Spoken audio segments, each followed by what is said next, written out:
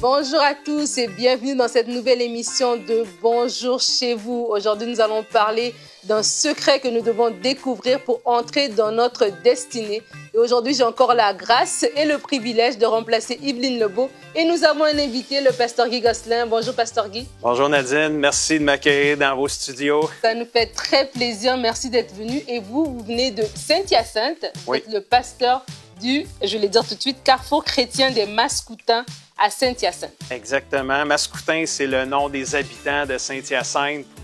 Il y en a qui se demandent pourquoi Mascoutins. C'est le nom qu'on a donné aux habitants de Saint-Hyacinthe. Donc, pour ça qu'on s'appelle le Carrefour chrétien des Mascoutins. C'est une église qui est là depuis très longtemps. Vous êtes pasteur depuis 2010, ma vie. Depuis 2010. Et puis, c'est mon église natale où j'ai donné ma vie à Jésus. Puis, c'est un honneur pour moi de pouvoir être pasteur aujourd'hui. Dans ma ville natale et dans mon église natale. Je suis né à Saint-Hyacinthe aussi, c'est tout un privilège et tout un honneur. Puis l'église existe depuis plus de 82 ans maintenant. Wow! Alors, et vous me disiez avant l'émission que vous avez 30 ans de ministère, plus que ça même. Oui, bien, mes parents, j'avais 7 ans quand mes parents ont donné leur vie à Jésus. Puis, ça, c'était en 1974. Donc, on a joint l'Église pentecôtiste à ce moment-là. Là, je suivais mes parents. Je ne suivais pas le Seigneur dans ce temps-là. Puis, à l'âge de 15 ans, Dieu m'a parlé. J'ai fait un face-à-face avec Dieu. Puis, j'y ai donné ma vie. Et j'ai commencé à servir dans le leadership de la jeunesse à ce moment-là, en 83. Donc, ça fait plus de 37 ans que je suis impliqué dans le leadership à quelque part dans l'Église. Et comme pasteur principal, c'est depuis 1998. Donc, ça fait 22 ans que je suis pasteur et je prends soin du peuple de Dieu. C'est un privilège. Et aujourd'hui, vous allez venir faire une rubrique Conseil du coach sur surmonter les échecs. Exactement, parce qu'il n'y a personne de parfait sur la terre. Alors, on fait tout à quelque part des erreurs, même comme leader, même comme chrétien.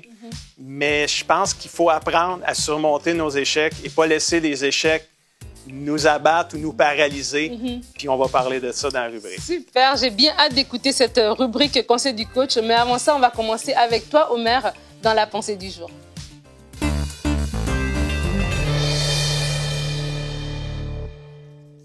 Proverbe chapitre 22, le verset 29 nous dit « Connaissez-vous un homme habile dans ce qu'il fait? Il ne restera pas au service des gens obscurs, mais il entrera au service du roi. » Et ça, je le lis dans la version Semeur.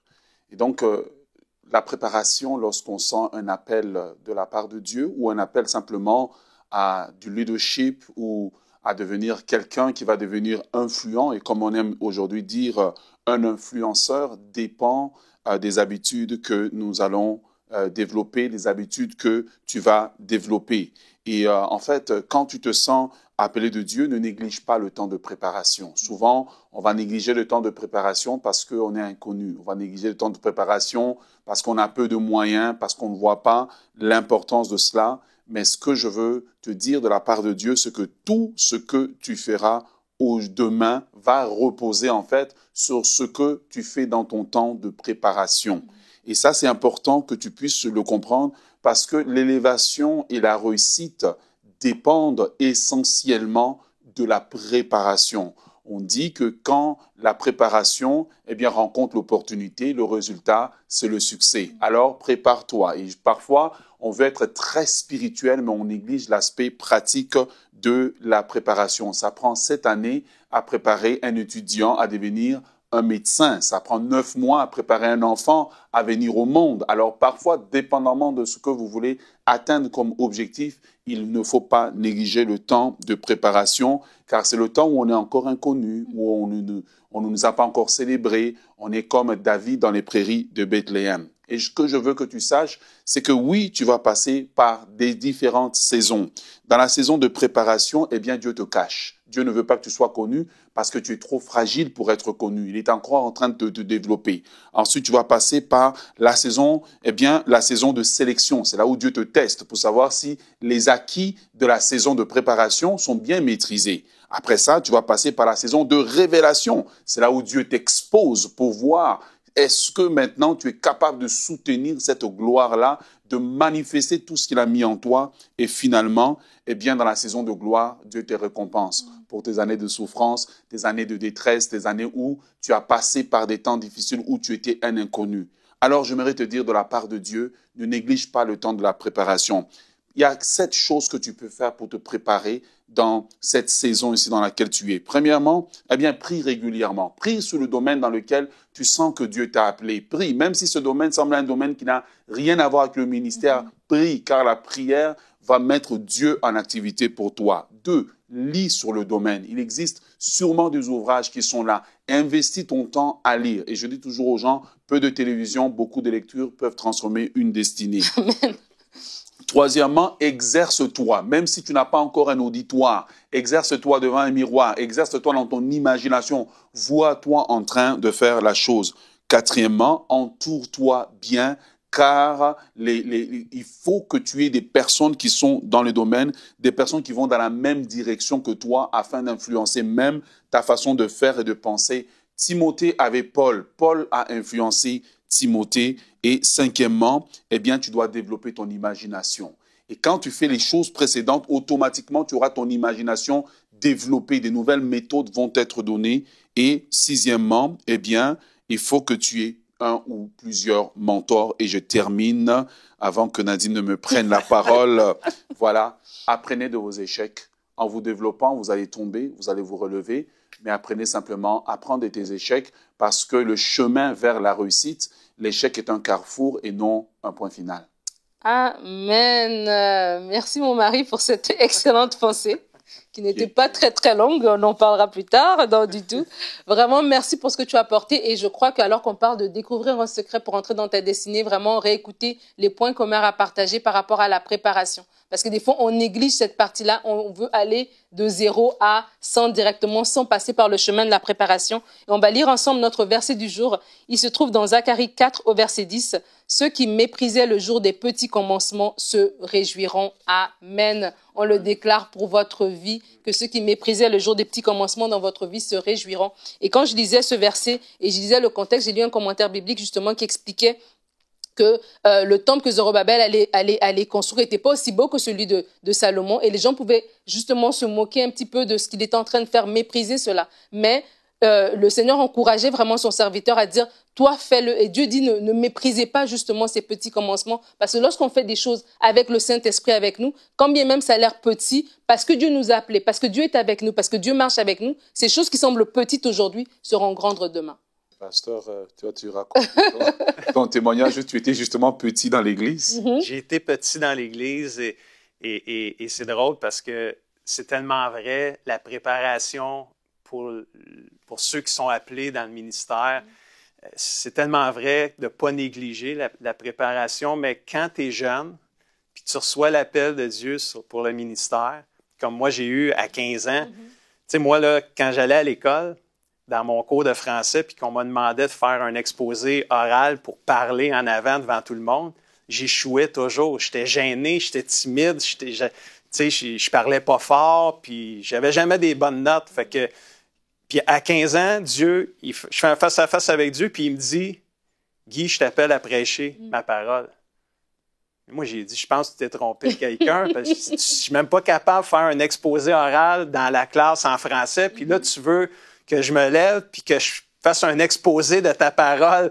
devant des gens. J'ai dit, c'est sûr que ça ne marchera pas. Ou, ben non, tu vas me changer parce que moi, je ne prêcherai pas. Là, mais ça a l'air que ça a marché parce que Dieu m'a changé. Mais ce que je voulais dire par ça, c'est que j'avais 15 ans à ce moment-là. Puis tu sais, tu dis Dieu t'appelle, mais là, tu rêves d'être pasteur de jeunesse à temps plein. C'est comme tu veux, c'est tout de suite. Là, moi, je suis un impulsif dans ma personnalité. Fait qu'un impulsif, là, c'est tout de suite. Là, on jouit de la vie tout de suite, pas demain, là, pas dans 10 ans, tout de suite. Mais par le temps que j'ai été appelé à l'âge de 15 ans, j'ai entré dans le ministère à temps plein comme pasteur principal. 15 ans plus tard, à la fin de mes 30 ans, début 31, 15 ans plus tard, mais dans ces 15 années-là, j'ai questionné Dieu. J'ai dit, tu t'es-tu trompé avec moi? À 25 ans, là, ça faisait 10 ans que j'attendais après ça. Puis là, je voyais des amis là, qui ont accepté Jésus après moi, puis qui, là, ils ont rentré dans le ministère avant moi. Mon ami Luc Dumont, que j'apprécie beaucoup, là, puis c'est toujours mon exemple que je donne. Puis là, je disais toujours au Seigneur, comment ça se fait? J'ai accepté, je t'ai donné ma vie avant Luc, puis là, lui, il est dans le ministère à temps plein avant moi. C'est pas, je trouvais que c'était injuste, mais ça faisait partie, comme tu l'as bien dit, Pasteur Omer, de la préparation. Dieu, il me préparait. Puis oui, j'étais comme caché dans un sens, c'était pas le jour. Puis aujourd'hui, quand je suis rentré dans le ministère pastoral à l'âge de 31 ans, ben j'ai remercié Dieu de ne pas l'avoir fait avant. Wow. Ah, toi aussi? Wow. J'ai compris que pourquoi l'attente. Je pensais que j'étais prêt, mais à 25 ans, c'est sûr que je ne l'étais pas. Puis c'est trop merveilleux, mais la préparation, si Dieu t'a appelé, je vais adresser ça à quelqu'un aujourd'hui, si Dieu t'a appelé pour le ministère, puis tu trouves ça tarde, décourage-toi pas. Parce que dans l'attente, Dieu est en train de former ton caractère pour être capable, quand que ça va être le jour où tu vas rentrer dans ta destinée, tu vas être capable d'affronter toutes les tempêtes de la vie qui vont venir aussi, parce que c'est pas parce que tu rentres dans ta destinée qu'il n'y a plus d'épreuves, qu'il n'y a plus de temps difficiles, mais les années de préparation t'ont rendu fort pour être capable d'affronter ça. Amen. Alors, et j'aimerais vraiment rebondir dessus aux personnes qui sont impatientes. Aujourd'hui, on est à l'ère des médias sociaux et dès que quelqu'un ressent l'appel, qu'est-ce qu'il fait? Il prend sa caméra, surtout s'il est appelé à prêcher, il met devant lui et puis il commence à faire ce qu'on appelle des lives. Mais parfois, tu le fais, tu as zéro profondeur. Voilà, tu as zéro profondeur, zéro, etc. Et j'aimerais vous demander d'accepter la saison où Dieu te dit « va ». Cache-toi. La saison où Dieu veut te cacher. Il te cache pour te former, mais il te cache aussi pour te protéger de certaines attaques pour lesquelles tu n'es pas préparé. Et troisièmement, il te cache aussi pour te protéger de toi-même parce que tu ne sais pas en fait ce qu'il y a en toi. Je vous encourage aujourd'hui, soyez patients. Laissez Dieu continuer à vous travailler et à vous perfectionner. Amen. Et on va lire aujourd'hui notre citation. On a une citation de Cassie Treat qui dit « Certains ne commencent jamais le voyage qui les mène à leur destin, car ils sont incapables de s'humilier eux-mêmes afin d'apprendre, de grandir et de changer. » Je trouvais cette citation tellement belle et vraiment, cette citation vient nous rappeler encore ce qui a été échangé ici ce matin par rapport à la capacité de se préparer, la capacité d'avoir cette patience, cette attente par rapport aux différentes saisons avant qu'on arrive à cette destinée que Dieu a pour nous. Parce que Dieu a pour nous des plans de projets, des projets de paix et non de malheur. Il a des plans de bénédiction pour chacun d'entre nous. Et c'est son désir en tant que Père de nous les donner au bon moment lorsque nous sommes prêts et dont on doit lui faire confiance. Mais des fois dans la vie, nous vivons des échecs. Et avec toi, Pasteur Guy, on va voir justement comment surmonter ces échecs tout de suite dans la rubrique Conseil du coach. Aujourd'hui, au Conseil du coach, on va parler sur apprendre à surmonter les échecs. Vous savez, c'est pas parce qu'on est des chrétiens ou des leaders chrétiens qu'on est exempté de l'échec. C'est ça, on le sait, hein? On va tous y faire face à quelque part à un moment donné dans notre vie. Peu importe le rôle de leader qu'on accomplit dans notre vie, que ce soit au travail, à l'école, dans le ministère, à l'église, peu importe, même dans notre propre famille, le rôle de père, de mère, on exerce un rôle de leader envers nos enfants. Personne n'est immunisé contre l'échec.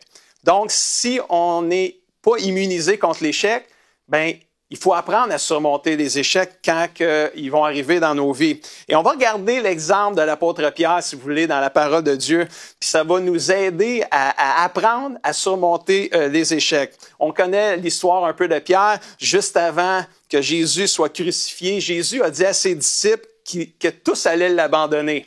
Et là, Pierre, il a levé la main, il a dit « Ah, non, je pense que tu te trompes, Jésus, parce que moi, Pierre, je t'abandonnerai jamais. Puis jamais je vais te renier en plus de ça. Puis là, Jésus, il a dit, ben oui, tu vas me renier 3 fois. Non, je te le dis, je te renierai jamais, Seigneur.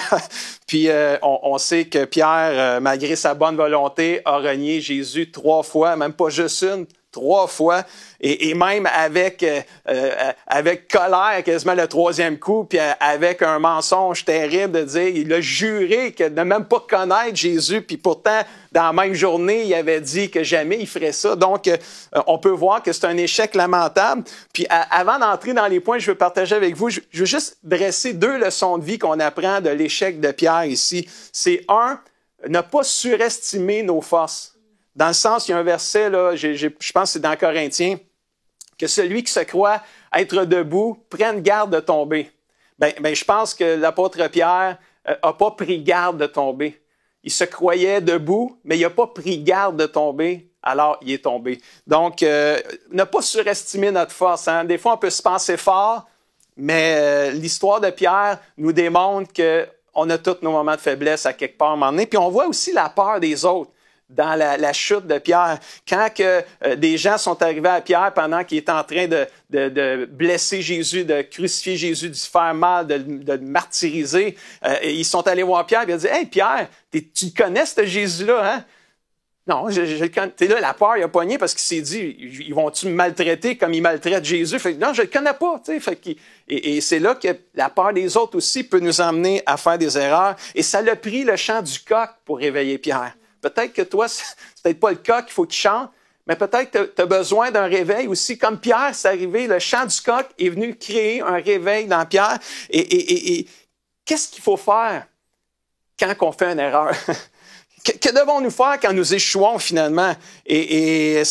On va prendre 3 choses que Pierre a bien fait après qu'il ait échoué.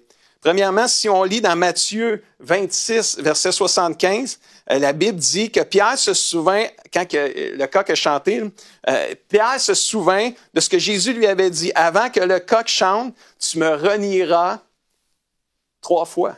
Et là, après ça, il sortit et pleura amèrement. Donc, la première chose que je dirais pour surmonter les échecs, il faut reconnaître nos échecs. Il faut le reconnaître qu'on a fait une erreur. Pour surmonter un échec dans le leadership ou peu importe où, tu ne dois pas prétendre qu'il ne s'est rien passé. Cherche pas à justifier, à excuser, c'est à cause de l'autre, blâme un, blâme l'autre. Cherche pas à minimiser. T'as tombé, avoue-le, c'est humiliant, mais tu peux surmonter quand tu t'humilies. Si l'orgueil tu surmonteras rien avec l'orgueil. Tu dois reconnaître l'échec et pleurer même amèrement ton erreur, un peu comme Pierre l'a fait ici.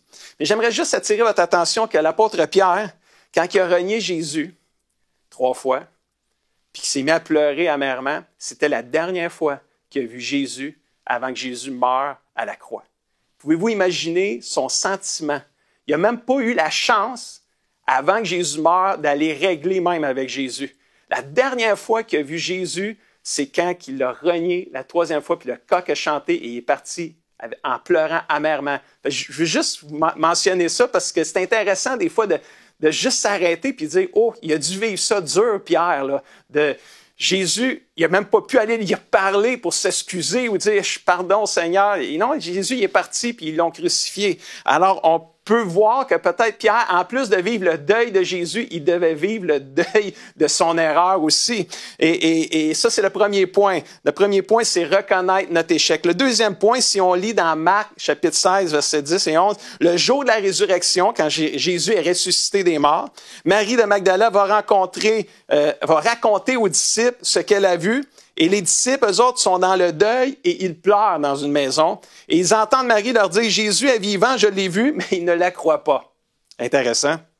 Mais le point que je veux souligner ici, c'est de ne pas s'isoler. Pour apprendre à surmonter ne pas s'isoler. Moi, malgré l'horrible faute que l'apôtre Pierre a fait, puis ajouter à ça que Jésus, en plus, il est mort. Fait qu'il y a un deuil vraiment, là, que les gens, ils en pleurent même, ils sont ensemble. Moi, ce que je trouve ça intéressant, c'est que Pierre s'est pas isolé du groupe.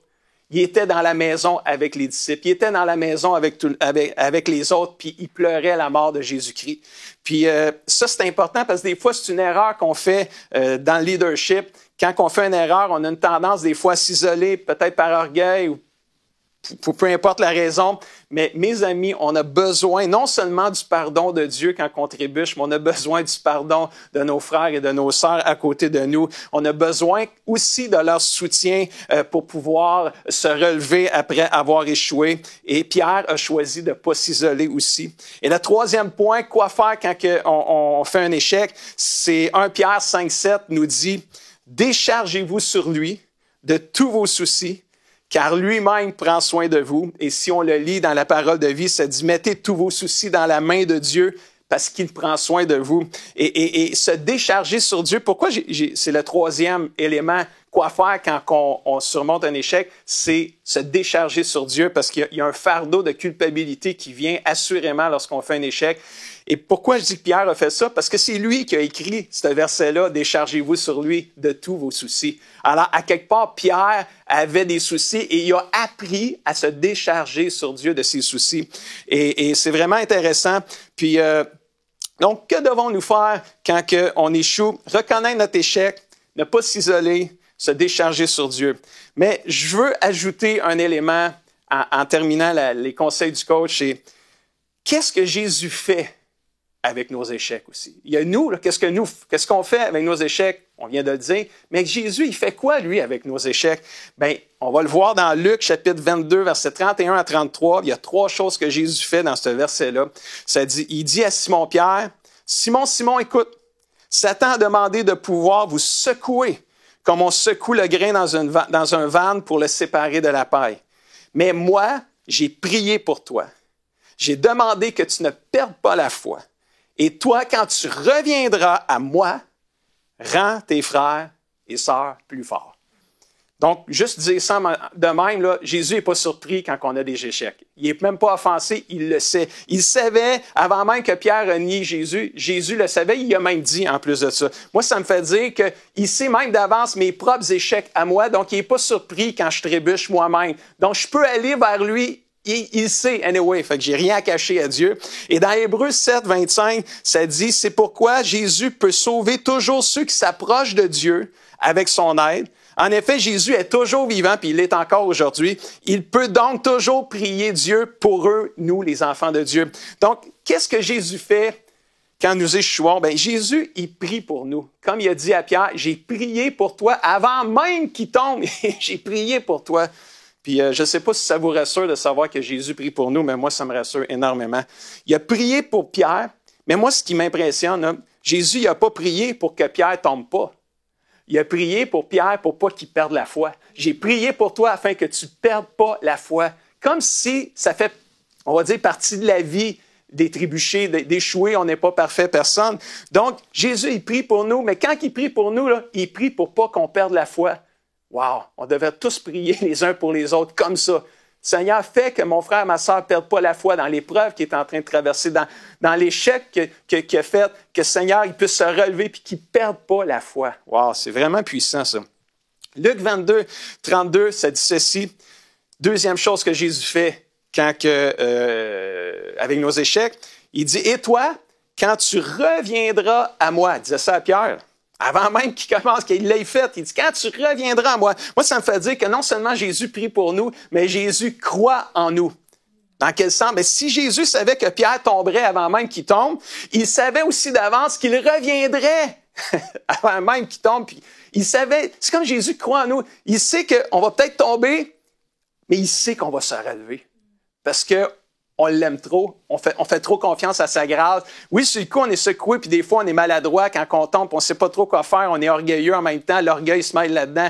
Mais à un moment donné, on revient dans les bras du Père, puis on savoure sa grâce, puis il nous transforme, puis il nous change. Tu sais, la Bible dit dans Proverbe 24, 16, « 7 fois le juste tombe, mais il se relève. » C'est qui tombe?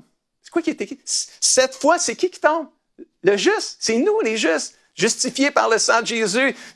7 fois on tombe, mais 7 fois on se relève. Le juste ne reste pas à terre quand il tombe parce qu'il prend la main de son Seigneur et de son Sauveur. Mes amis, même les bons leaders vont faire des erreurs, vont tomber, vont prendre des mauvaises décisions à un moment donné, mais ils vont toujours se relever parce que Jésus prie pour eux, parce que Jésus croit en eux. Et troisièmement et dernièrement, Luc 22, 32, quand il a dit à Pierre, « Et quand tu reviendras à moi, qu'est-ce qu'il lui a dit? » Il lui a dit, « Rends tes frères plus fort. Qui veut dire quoi? Que, troisièmement, qu'est-ce que Jésus fait avec nos erreurs? Bien, il nous propulse dans notre destinée.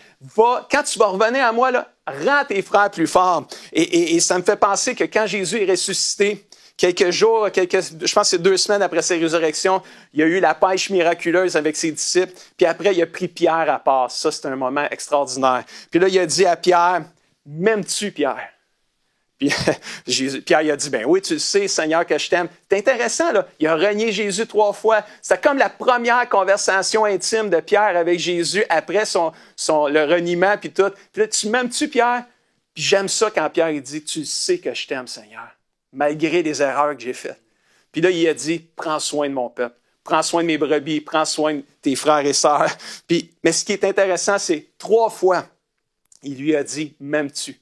Comme si pour chaque fois qu'il a renié Jésus, il lui a donné une occasion de pouvoir se relever. Puis il a dit, oui, je t'aime, les 3 fois.